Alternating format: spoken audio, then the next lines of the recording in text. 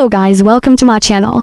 In this video, I'm gonna show you how to fix Instagram video selfie verification error. It is a fast and easy tutorial, so let's dive into it.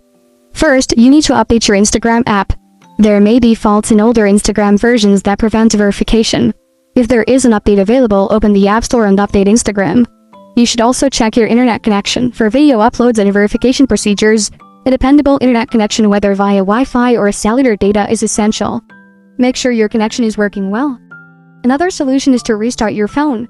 Occasionally, a quick phone restart might resolve the temporary glitches that might be affecting the Instagram app. So give your iPhone a restart. You should also check the video recording length, so double-check that your video selfie is within the allowed recording time limit set by Instagram, usually around 10 to 15 seconds. Also, ensure your face is clearly visible in the video, with good lighting and no obstructions. Also, try to record a steady video without excessive shaking or movement. If none of these solutions work, consider reporting the issue to Instagram. That is how to fix Instagram video selfie verification error. Thank you for watching. If this video was helpful, please leave a like and subscribe to my channel for more videos like this. And click on that notification bell to never miss an update.